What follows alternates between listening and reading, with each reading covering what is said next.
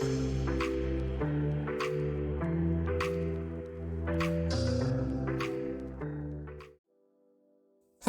it's me, French Ted, and we are here for, I'd say, our first official medium episode, because this is the first time that we are putting on a show as a medium company. So, it's exciting. Things have changed slightly. We've got more wrestlers. We've got more time, because these are now 2-hour shows going forward.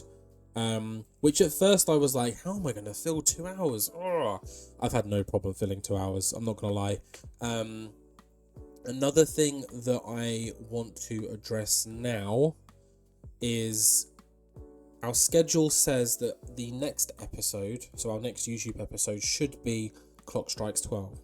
I'm going to push that back 2 weeks just because we've done no planning or booking, and I don't just want to rush an entire pay-per-view in this episode. So we're going to push it to week 3 of February, which, isn't a huge jump. It's just another episode. And yeah, but this episode obviously does have some build towards that. We've got a couple of matches announced in this episode, and then the next one will obviously announce more. But yeah, I just didn't want to rush into the pay-per-view just for the sake of rushing into it, and we can change our schedule as and when we wish, to be honest. But yeah, we are here. Very exciting. We've got a lot of new workers to debut. Some will debut in this episode, some will debut in the next, some may not debut for a while, but either way, we've got it. We're here in the pre-show, and of course Bobby Guns is continuing his run, and I've got plans for Bobby Guns. He's getting better and better every time he does a match. He's got mad momentum. His popularity has skyrocketed with those back-to-back Thatcher wins. And here he is defeating Madoka Kakuta in 18 minutes with the Marlboro Plex. Bobby Guns with a 76, Kakuta with a 58. Alex Kozlov has debuted his Egomaniac gimmick. But we are actually changing Bobby Guns' gimmick. He's currently an arrogant heel, and we're going to change him to an egomaniac. So not a huge change. It's just adequate. Okay. It's just that his previous gimmick was poor, and obviously that can impact performance. So anything we can to just make sure that our wrestlers are doing the best they can. Kakuta and Anoa'i are on different sides of the face-heel divide. Haven't changed Kakuta. But yeah, there's Alex Kozlov, egomaniac, blah, blah, blah. He's our new commentator. And of course, Guns, very marketable, which is awesome.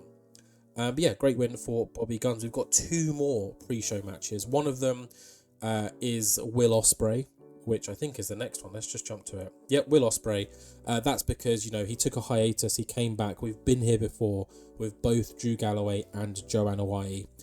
So we knew that putting him on the main show wasn't going to make sense, because of course I'm correct. So let's go to the dirt sheet. Penalised for being rusty. So man's going to sit in the pre-show for however many weeks he needs. I think it's 4 weeks. That's how long it took Anoa'i. So he's going to be in every pre-show going forward until he suddenly isn't rusty, because I looked at his match history and he's had some 90 plus matches in this save with Okada, Kenny Omega. I think he did one with Tanahashi as well. So yeah, let's just hope that New Japan or someone doesn't just pip him the second he gets good again. But either way, he gets a good win here against Taishi Ozawa. Just under 20 minutes with the Storm Breaker, and I've changed his gimmick because no longer is Will Ospreay the aerial assassin. I'm going to try a new gimmick, and it's the Kingpin gimmick. So he used to go by, this is ages ago, I think, the Commonwealth Kingpin. I remember him calling himself that somewhere. I'm the Commonwealth Kingpin, and I don't know, when I heard that I was like, that's sick. I love that. I don't want to use Commonwealth Kingpin because I want him to feel a bit more unique to the series, but he is now the Kingpin, Will Ospreay. So wins and losses of greater impact. I mean, he's probably not going to be losing for a while. So yeah, there's that, and it's come across as great, which is awesome, and he's got a hot new move, why not? And then our final pre-show match is another debut. It's Sapphire Reed, who is going to be my little lady pet project. I think she's going to be a star in the future, taking on an LLW original, Zoe Lucas, someone we were tempted to fire recently, or release. Fire sounds really harsh. Release. But I'm glad I didn't, because we do need jobbers. And no offense to Zoe Lucas, she's not a jobber by any means. She's actually like mid-card based on popularity and stuff. But she's not someone that we're planning on pushing right now, so she can afford to eat some losses. I think that's fair.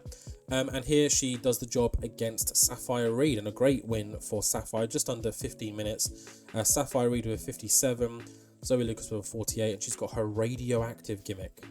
Super marketable, will sell more merchandise, nice. Small boost to charisma, even better. Wins and losses have a greater impact on her momentum, so let's not have her lose too much.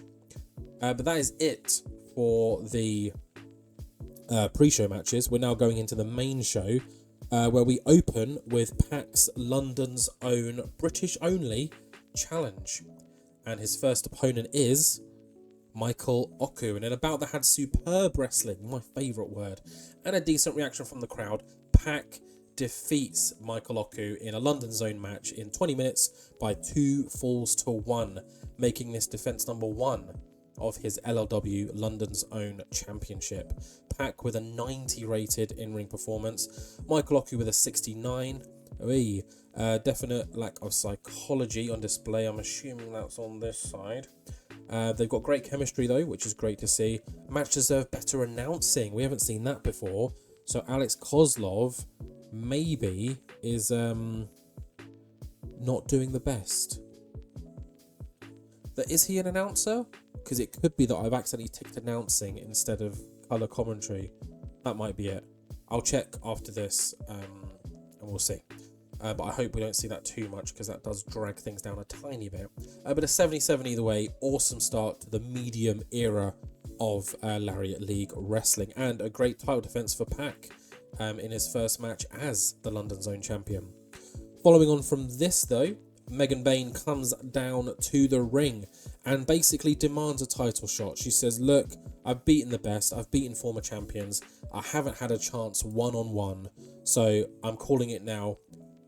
I'm getting a title shot, whether you like it or not. And she's kind of looking at Regal in the commentary booth, and Regal's like, as he gets up to say something, Rena's music hits, she comes down and she says, you want a title match? You've got it. And they kind of just stare each other down for a bit, and Regal's just like, okay, cool.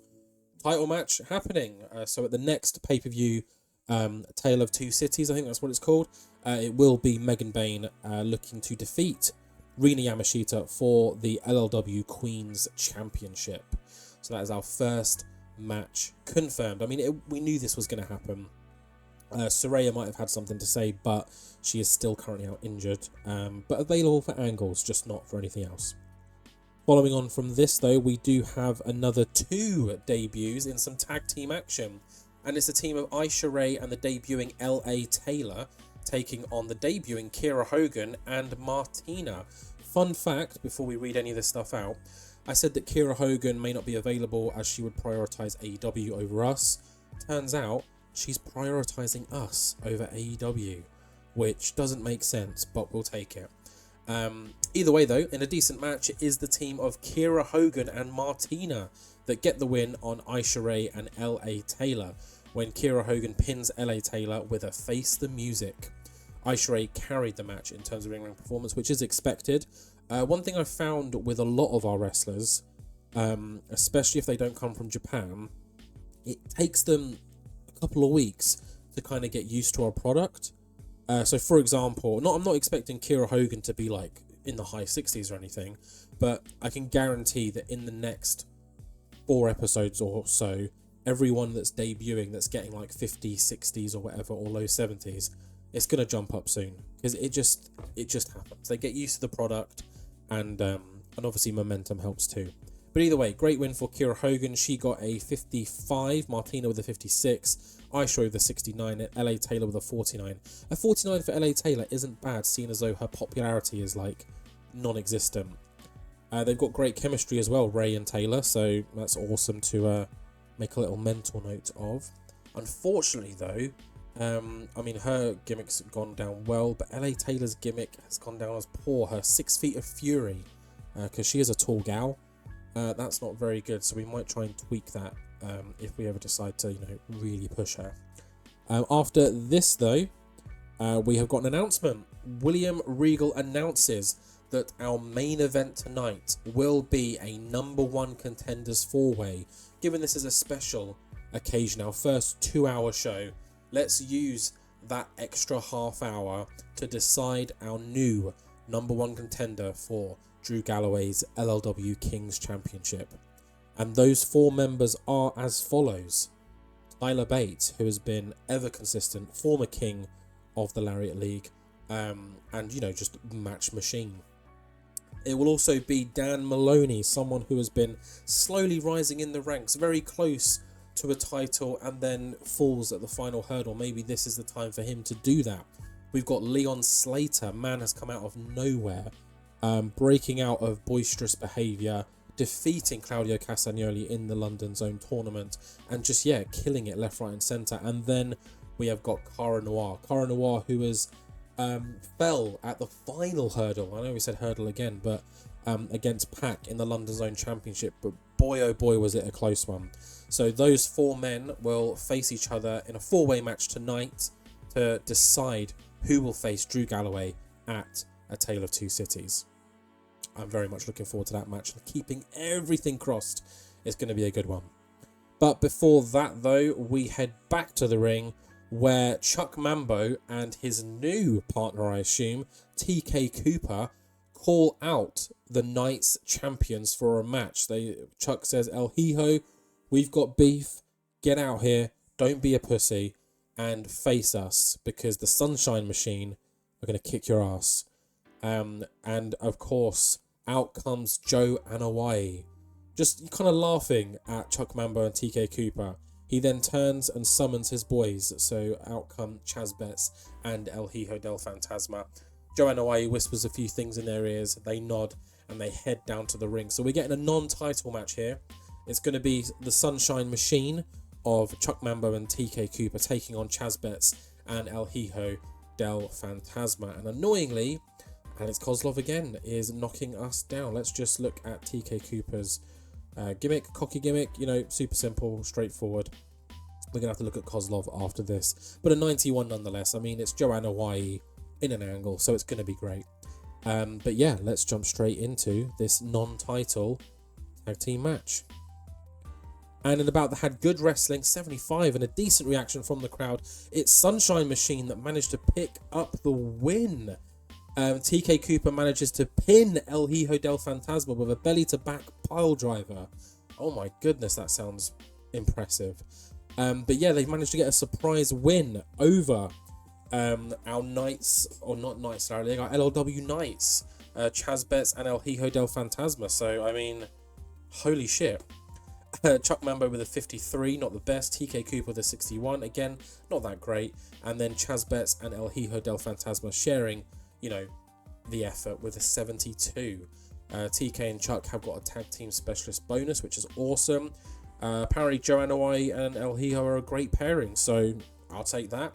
And the match got the crowd buzzing, as this was our Steal the Show match. So yeah, huge win for Sunshine Machine. Joanna White is furious on the outside, and he's about to be even more furious because William Regal says, congratulations, Sunshine Machine. That was a very impressive and dominant display. And because of that, I think you've earned yourself a title match. So at A Tale of Two Cities, we will have Chuck Mambo and TK Cooper, Sunshine Machine, taking on the team that they just defeated for the LLW Knights Championship. So that is very, very exciting stuff for Sunshine Machine. Brand new team in LLW, and straight away they've got themselves a title match. And as mentioned, Joanna Hawaii is seething right now. I'm sure we'll hear more about that later on in the episode or in the next one. After this, though, we have got the main event. It's straight into the final half hour of the episode, or of the show, sorry, it is Tyler Bate, Dan Maloney, Leon Slater, Cara Noir. One of these men will go to A Tale of Two Cities to face Drew Galloway. Who's your money on? Let me know. Let's find out. 74. I thought you were better than that. Either way, in a bout that had great wrestling and a decent reaction from the crowd, it is Cara Noir that gets the win. He defeats Tyler Bate, Dan Maloney and Leon Slater in 21-34 when Cara Noir pins Leon Slater with a package pile driver. Cara Noir is our new #1 contender for the LLW Kings Championship. Wow. Let's just see why this didn't do well. Hold on a second. Bonus. Announcing quality was penalised for very low experience. That's the only thing that knocked it down. Maybe it was just bad luck, because any other day that should be a lot higher than that. Either way though, Cara Noir is our new champion. Whoa, Cara Noir is our new #1 contender, and he is of course taking in all the fanfare from the crowd when Drew Galloway's music hits. He returns to Lariat League in London, title over the shoulder, comes down to the ring just to stare down his next opponent, Cara Noir, and that is how we end. Oh, so the announcing lifted this segment now. What? Sorry, that is how we end our show, but that doesn't make sense. It does not make sense. But yeah, that is the end of the show. But post-show, we get a nice little X, Instagram, Reel, TikTok, where we see Joe Anoa'i just laying into Chaz Betts and El Hijo del Fantasma, just berating them backstage, calling them an embarrassment to the Empire, and that they better win and retain those titles, otherwise they can find somewhere else to reside in LLW. So yeah, Joe Anoa'i definitely does not take losses lightly. So yeah, he's a bad man. But yeah, that is how we end this part of the episode with an 85. Doesn't count though, because it's a post-show segment. Let's see how the show did. 77, again, we're on the medium stretch now, so we want to be pushing for just as high ratings as possible now. So just got to try and stay consistent in the high 70s as everything grows and gets better. So I'm going to try not to worry too much about the ratings, because I'm pretty confident we're going to average mid to high 70s no matter what. So it's just a matter of building on that. So awesome rating. Let's move on to the second half of this episode. I'll see you in a sec. Okay, and here we are for part 2 of this episode, and just looking at the attendance, 2,750 people, so that is pretty good. We're going up in the world, guys, so I'm very optimistic about our attendance for our next upcoming event, which I need to remember to change in the schedule. So yeah, remind me of that. Also, had a look at Alex Kozlov. His commentary is, so he's got 0 announcing and he's got 70 commentary, which I think is fine. He's not marked as an announcer at all. He's marked as a commentator. William Regal is marked as our announcer, so who knows? And Regal's announcing is over 70 as well. So I think it's because his colour is 70 and our matches are over 70. I think it's like, it's not good enough. So I think we just have to deal with it for now. I don't think it's going to impact as much as we think it will, so I'm not worried right now. And the longer that Regal and Kozlov are together, their experience will go up, which will only help the scores as well. But yeah, either way, we're in the pre-show. We've got 3 pre-show matches again before we jump into the main show. I'm not going to spend too long on them like I did last time, but we've got Will Ospreay here getting a win against DeReese in 16:29 with the Stormbreaker. Ospreay with a 62, DeReese with a 51, and Ospreay still rusty. Following on from this though, we've got a stinker here. We've got shown terrible wrestling and non-existent crowd heat. Shakara defeated Carmen Petrovic in 15 minutes with the Widow's Peak. Carmen Petrovic with a 26, and Shakara with a 37. Shakara was once a contender for the Queen's title. Just think about that. That's crazy. I think she's a former Queen's champion, right? Because it was Aisha Ray, Shakara, Aisha Ray, Millie McKenzie, yeah, Heidi Katrina, Rini Yamashita, right? I don't know. Either way, terrible. Let's have a look at this. Inexperience, poor psychology. Then Shakara's got poor momentum. A gimmick that's not suitable for a baby face. Didn't know that. Odd face heel combination. Or are they both heels? I don't know. They're both baby faces? I don't know. And then announcing quality, low experience. So that's going to be a thing for a while. Yeah. Oh well. That's why they're on the pre-show. And then our final pre-show match is just a makeshift tag team match. And Bobby Guns and Tate Mayfair have great chemistry. Okay. My initial plan wasn't to put either of them in a tag team, but oh my goodness, that's tempting. And hold on a second. Bobby Guns with an 87. Is he a tag team specialist or something? I mean, I know that he's got a team in WXW in real life, the Only Friends. This could be interesting. Or this could just be that Shun Skywalker makes everyone look good. But in a pre-show match, had great wrestling, decent reaction from the crowd. Guns and Mayfairs defeat Taishi Ozawa and Shun Skywalker in just under 20 minutes when Bobby Guns pins Ozawa. 79. Should have put this on the main card. But we're not ready to unleash Bobby Guns and Tate Mayfairs just yet. I've got plans. They're not necessarily good plans. I've just got plans at the moment. But they will kind of, come up at some point. But that's the final pre-show match. Let's jump straight into the main show where we open with tag team action and a debut from a new team. And that is a team of Brooks and Parker as they team up and defeat the KO squad in 22 minutes when Chris Brooks pins Levi Muir with the Praying Mantis Bomb. Brooks leading the way in terms of in-ring performance, which is kind of expected. He's a bit of a baller, let's be honest. Drew Parker with a 57, which isn't the best, but again, keep an eye on these debut numbers because I guarantee you they will slowly get better and then they'll be on par with everyone else. So I'm not too worried about these first numbers. You'll notice that I'm pairing all the debuts up with people who are pretty decent in the ring that I already know will get good numbers just to gauge, I guess. But yeah, Drew Parker debuted his crazy gimmick, came across as great, awesome. Hot new move, got the show to a strong start, can't complain. 71 overall, awesome. Following on from this, though, we get another debut, and it is the debut of Charlie Evans. And she debuts and immediately pulls out William Regal and just says that she is shocked and appalled that there is only one women's title in LLW. One women's title for all of us to fight over. But there's how many? 1, 2, 3, 4 men's titles. You better fix that soon, William Regal, otherwise you'll have Charlie Evans to deal with. So Evans already calling out Regal for that, what would you even call it, an oversight?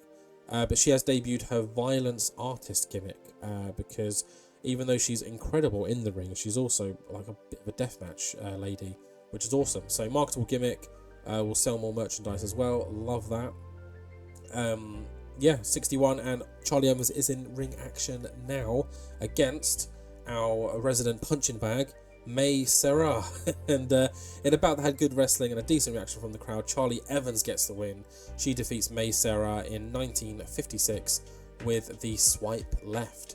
May with a 66 and Charlie Evans with a 64. And we got the crowd hotter as well. Love to see that. 69 overall. Well, hey. After this, though, Pac announces via the, TV screen or whatever we've got going, that he is issuing a British-only open challenge at our next event, A Tale of Two Cities, for his title. He says, come any, come all, but bring your British passport. So, an open challenge from Pac. I wonder who will answer it. We'll have to wait and see. But up next is another debut. I think it's the last debut of the episode, maybe. It is Spike Trivet as he takes on Mark Andrews in one-on-one action.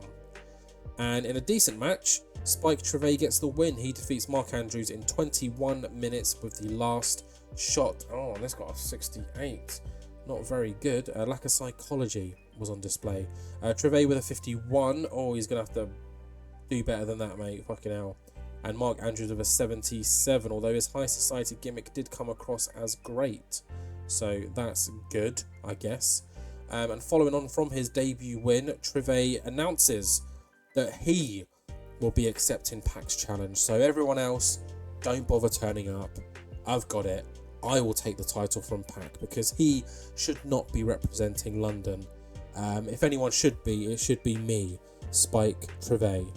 So, already getting a little bit of heat from the crowd. Spike announces that he will be accepting PAC's challenge. So no one else bother. No one else bother turning up, alright? Because, there's no point. After this, though, we do have a backstage segment. This was filmed earlier on in the night, before the show had even started. And Saraya and Joe Anoa'i corner William Regal, asking why Joe Anoa'i was overlooked. Well, this is Saraya asking this, going, why was Joe overlooked for the King's Contender match? And Joe has obviously stood there and he's like, it's fine, don't worry, I've got other things going on, but let's be honest, I am the best wrestler in LLW, if not the world. And William Regal just says, whoa, calm down, guys. The reason why Joe Anoa'i had not been selected for the four-way contender match was because he simply does not wrestle enough. This is a wrestling company, not a character company. So Joe, if you want to be considered for more titles, then please book yourself or get involved in some matches, my friend. Saraya, your eyes looking good. Hopefully you'll be back in the ring soon as well. And Joe, would love to see you back in the ring again soon as well. But until then, we've got a show to run, so I'll see you later. So yeah, very well handled by William Regal here. You would have thought that Saraya and Joe would try and use their intimidation, but you're not going to get that over good old William Regal. And he's right. Joe Anoa'i is too busy trying to build this empire and lead other wrestlers to success that he's not really been focused on himself.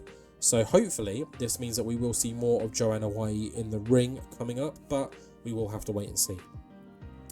We do stay backstage now, where our camera crew has got May Sarah just kind of, talking to herself, and she's pissed.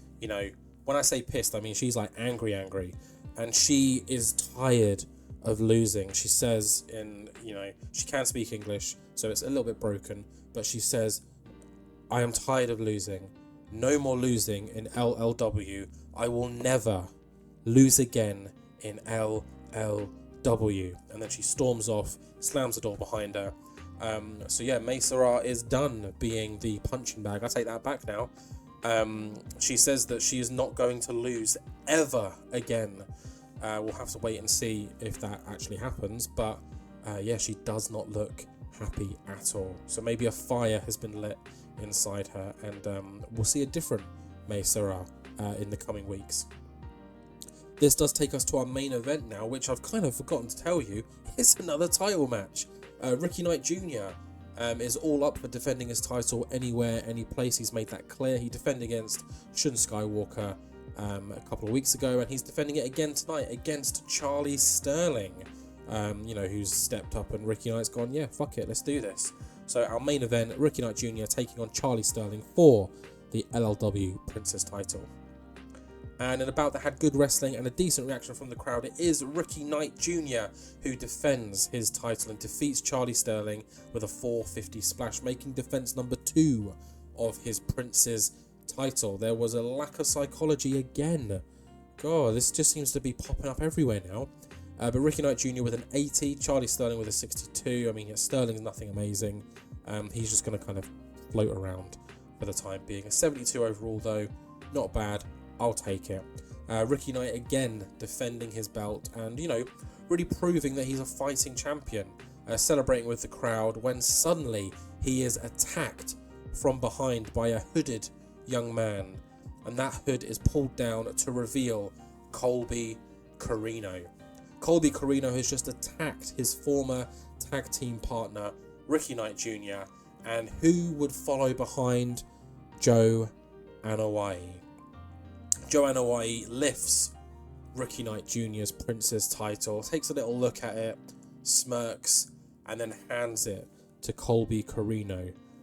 Joanna White grabs the mic and says, "Ladies and gentlemen, your new #1 contender for the LLW Prince's title, Colby Corino."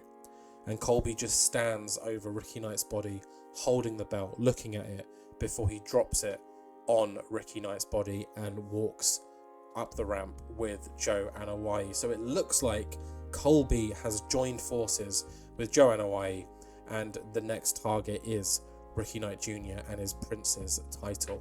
And that is how we end this show. 76, nice one. Yeah, we're building some stuff. We made some announcements, and most of the title matches are pretty much set in stone for the upcoming event. I do just want another week or two just to build the odd match or whatever to flesh out the card a little bit more. But yeah, there's not much else going on. I'm kind of trying to work out in this roster, where everyone kind of fits, because ignoring our main event or our main event guys, from there downwards, they're all quite close in popularity and skill and things like that. So there is going to be a lot of random tag team matches, random one-on-ones that are just going to be littered throughout the next couple of weeks, just for me to gauge, who's doing well, who's not doing well, who pairs well with what. And yeah, we're going to play around with some characters as well. So yeah, that's pretty much it for this one. Thank you very much for watching, guys. Please like, comment, subscribe, share, do it all, and I'll see you all in the next one.